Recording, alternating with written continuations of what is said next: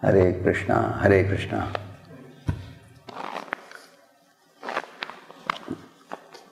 जब श्रील प्रभुपाद जी अमेरिका में कृष्ण भावनामृत की प्रचार प्रसार के कार्य शुरू की, कुछ भारतवासी भी थे अमेरिका में। वो लोगों ने पूछा, स्वामी जी ये क्या है, एक बिल्डिंग लेकर आप बोल रहे हैं कि इस्कॉन टेम्पल लिखा है आपने, गोपुरम किधर है, चक्र किधर है ऊपर, इसको कैसे आप टेम्पल बोल सकते हैं? तो प्रभुपाद जी उन लोगों को समझाया, भारत में गली गली में मंदिर है, हो सकता है थोड़ा आरती करते हैं लोग शाम के टाइम सुबह, लेकिन मंदिर में जो होना चाहिए वो अनेक बार हो नहीं पाता। मंदिर में प्रभुपाद बताए कि कृष्ण दर्शन, कृष्ण शिक्षा, कृष्ण भक्त संग, कृष्ण नाम, कृष्ण प्रसाद, ये 5 चीज़ों की वितरित होना चाहिए मंदिर में। कृष्ण दर्शन तो होता है मंदिरों में, थोड़ा बहुत प्रसाद देते हैं अनेक मंदिरों में भारत में, लेकिन कृष्ण भक्त संग नहीं है, और कृष्ण शिक्षा के लिए किताबें नहीं हैं, और कृष्ण नाम भी नहीं दिया जाता लोगों को, लोग सिर्फ दर्शन लेकर चले जाते हैं। तो प्रभा जी बोले कि असली मंदिर का मतलब है उधर प्रातः काल में ब्रह्म मुहूर्त में उठकर भक्त लोग बैठकर भगवान के नामों का बार बार उच्चारण करके भगवान को पुकारना चाहिए। जैसे बच्चा अगर माँ का ध्यान आकर्षित करना चाहता है, कुआ कुआ कुआ कुआ ऐसा आवाज करता है, तुरंत माँ उठ जाती है, बच्चे रो रहा है। इस तरह भगवान को पुकारने के लिए हरे कृष्ण कृष्ण कृष्ण हरे हरे, हरे राम राम राम हरे हरे, तुरंत राधा कृष्ण दोनों भागते हुए आएंगे, अरे कौन बुला रहा है? तो पुकारने के लिए ये मार्ग है। उसके बाद बच्चे को क्या मिलता है? पोषण मिलता है। इसी तरह हमें आत्मा को पोषण मिलता है भगवान को पुकार कर, भगवान के ध्यान को आकर्षित करके। तो जिस तरह अगरबत्ती को एक ऐसे कमरे के बीच में रखो, सारे कमरे में उसका सुगंध फैलता है, इस तरह जो वक्त भगवान के नामों का आश्रय लेकर ध्यानपूर्वक पुकारता भगवान को, उसके अंदर आध्यात्मिक शक्ति पैदा होता है और उसके प्रभाव लोगों के ऊपर पड़ता है, अनेक लोगों के ऊपर, वो मंगलमय वातावरण को बनाता है। ऐसे वक्त है। इसी तरह उसके साथ साथ प्रभुपाद ने बोला, अगर हर दिन हमें इस तरह लगातार नाम करना चाहिए अंतिम सांस तक, उसके लिए हमें स्वाध्याय करना चाहिए। गीता, भागवत, पुराणों की, महाभारत, रामायण इत्यादि की, सब खास करके भागवत की अध्ययन करना चाहिए। ये किसके समान है? जैसे चीन देश में एक बांस का पेड़ है, पानी देते जाओ चुप रहेगा, बड़ा ही नहीं होगा वो 5 साल के लिए। 5 साल के बाद सिर्फ 3 हफ्ते में वो 12 फुट ऊंचा पौधा हो जाता है। 3 ही हफ्ते में इतना जल्दी बांस बढ़ता है उधर। तो आपको आश्चर्य होगा, अरे 5 साल कुछ नहीं किया, अचानक इस तरह बढ़ रहा है। उसका कारण क्या है? वो 5 साल क्या कर रहा था? वो मूल को डेवलप कर रहा था वो धरती के अंदर। उसका क्रॉस सेक्शन देखोगे, इतना धरती में गहराई से मूल अंदर चला जाता है उसका। इस तरह जो डिवोटी मंदिर में रहता है, नहीं तो कांग्रेगेशन है, स्वाध्याय करते हैं, वो they develop the spiritual roots and spiritual taste and conviction. उनके अंदर दृढ़ श्रद्धा आ जाएगा भगवान के चरणों में, और रुचि आ जाएगा शास्त्रों के लिए, भगवान के लिए, और उसको कोई हिला नहीं सकता बाद में। उसके अंदर दृढ़ता आ जाएगी ऐसे। तो ये दोनों चाहिए, साधना और स्वाध्याय। और प्रभुपाद ने ये भी बोला कि क्लेanलीनेस एंड कल्चरल एक्सप्रेशन, ये भी बहुत महत्वपूर्ण है। अभी क्लेanलीनेस करने से क्या होता है? हम लक्ष्मी को आकर्षित करते हैं। जिस मंदिर एकदम शुद्ध है, तो उस तरह मंदिर भी शुद्ध होना चाहिए, आश्रम शुद्ध होना चाहिए, सब स्थान वातावरण शुद्ध होना चाहिए, कचरा नहीं पड़े रहना चाहिए। तो जिधर शुद्धता है उधर लक्ष्मी है, जिस शुद्धता नहीं है उधर लक्ष्मी नहीं है। और लक्ष्मी जो प्रभावित हो जाती है, समृद्धि को फैलाती है, लेकिन लक्ष्मी कभी भी अकेले नहीं है। किसके साथ है? नारायण के साथ है। तो लक्ष्मी नारायण उधर उपस्थित है जिधर शुद्धता है।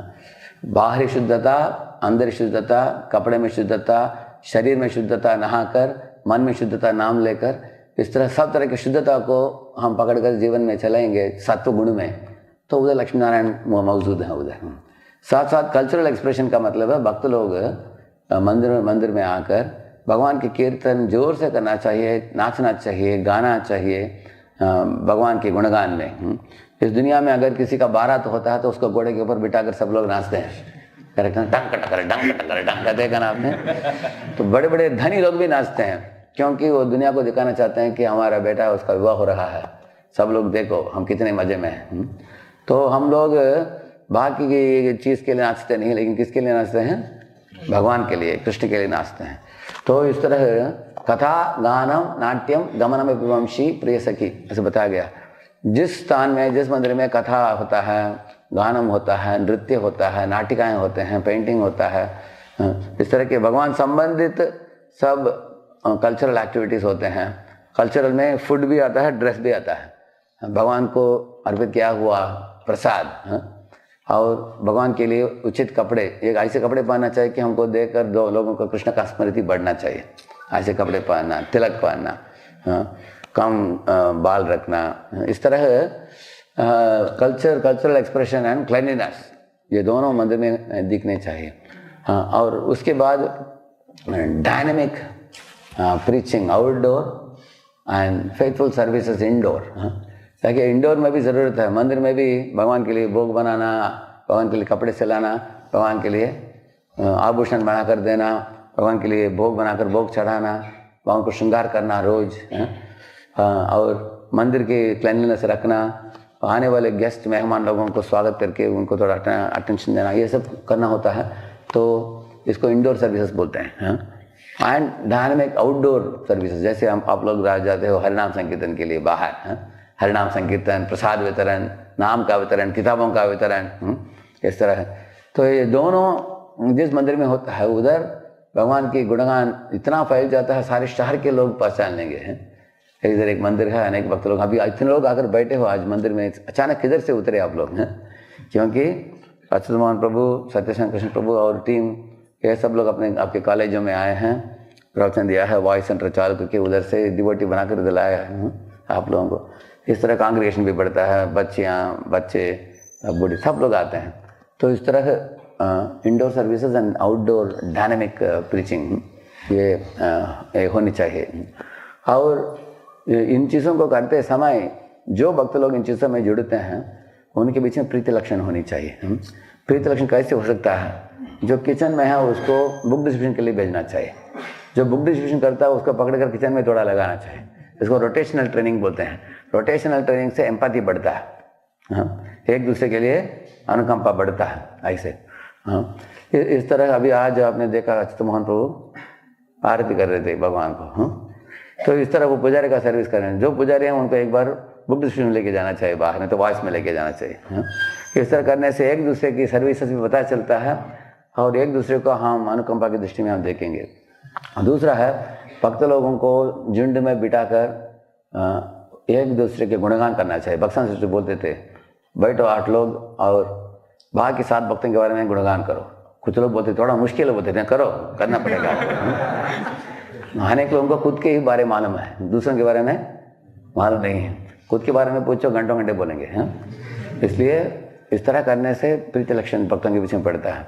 और साथ में भक्त लोग सेवा करनी चाहिए, साथ में जपना, साथ में कथा श्रवण करना, बात साथ में जाकर बाहर सेवा करना। जैसे कृष्ण सुदामा साथ में सेवा की तो उनके बीच में ऐसे प्रेम संबंध जुड़ा।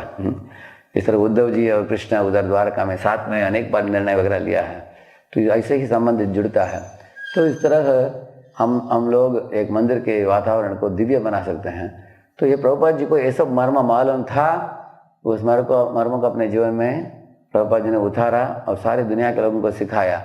लेकिन अनेक लोग भारत में भी सोचते हैं मंदिर बांधने का मतलब है एक बड़ा मंदिर बांध कर रख दो, डेटिस को बिठा दो, उधर कुछ पुजारी को लगा दो, वो घंटी बजाता है, पूजा करता है। एक आध बार लोग आते हैं जाते हैं, कभी कभी गाने के लिए नाचने के लोग नहीं है, एक मशीन लगा देते हैं, डिंग डोंग डोंग ऐसे हैं। देखा ना आपने? तो अपन ने बोला मशीन गाना नहीं चाहिए, भक्त लोग गाना चाहिए, है भक्त लोग नाचना चाहिए। तो वृंदावन में भी अनेक धनी लोग बनाते हैं मंदिर, लेकिन मंदिर को चलाने के लिए लोग नहीं है। लेकिन प्रभुपाद जी की संस्था में मंदिर में बैठने के लिए जगह नहीं है, उनको क्लास बाहर करना पड़ता है। मतलब क्या? क्योंकि प्रभुपाद जी ने सही ढंग से भगवान के शिक्षा को पकड़ लिया। हम लोग इतने बड़े परम भाग्यशाली हम लोग कि प्रभुपाद जैसे आचार्य मिले हम लोगों को, और उस आचार्य के अनुगत्य में उनके आशीर्वाद से उनकी किताबों को पढ़कर हम अपने जीवन में उतार कर हम लोग भक्ति में आगे बढ़ने के लिए प्रयत्न कर रहे हैं। इस तरह अनेक चीज़ सिखाए प्रभुपाद जी, लेकिन उन चीज़ों में से सबसे महत्वपूर्ण है नाम जप। 90% of your spiritual progress will come from chanting, ऐसे बोले प्रभुपाद जी। कहीं भी किसी भी संस्था में आपने देखा नहीं होगा कि कोई गृहस्थ, प्रभु जी गृहस्थ माता जी भी 2 घंटे करते हैं भगवान के लिए नाम जप। हाँ, कुछ लोग बेहोश हो जाएंगे सुनेंगे तो। एक व्यक्ति पूछ रहा था क्या बोला, 2 मिनट है 2 घंटा है। हाँ, क्योंकि हम देखते हैं हमारे संस्था में कोई इंडस्ट्रियलिस्ट है, कंपनी में काम करता है, वो भी बैठकर सुबह 2 घंटा करता है। कोई माता जी है, 4-5 बच्चे हैं घर में, फिर भी वो 2 घंटा करती है। तो बाकी लोग तो ब्रह्मचारी लोग मंदिर में रहते हैं, उनको उतना मुश्किल नहीं है करना है, उनको दूसरा चीज़ है ही नहीं, ये अलग चीज़ है, उनको ये करना चाहिए। लेकिन आप देख सकते हैं इस्कॉन में इस तरह का स्टैंडर्ड लाया प्रभुपाद जी ने, क्योंकि कम से कम 16 माला ऐसे बनाया प्रभुपाद जी ने। तो वो 16 माला से हमारे आध्यात्मिक शक्ति बढ़ता है। जब आध्यात्मिक पोषण मिलकर शक्ति बढ़कर हम बाकी सब चीज़ों को हम आसानी से कर पाएंगे। इसलिए कभी भी किसी भी व्यक्ति को प्रातः काल में किया हुआ जब को दिन भर घुमाता नहीं रहना चाहिए, प्रातः काल में पूरा करना चाहिए कम से कम 16 माला, नहीं तो कम से कम 12 माला 14 माला कर देना चाहिए, ताकि दिन में एडिशनल माला हम कर सकते हैं। तो दिन में जो सेवा होगा उस सेवाओं में भावना जब कैसे आना चाहिए, वो भावना प्रातः काल की जब से आता है। हरिनाम प्रभु की जय। Let's offer our humble obeisances unto all the Vaishnava devotees of the Lord who are just like desert trees, ocean of mercy, full of compassion for the fallen conditioned souls.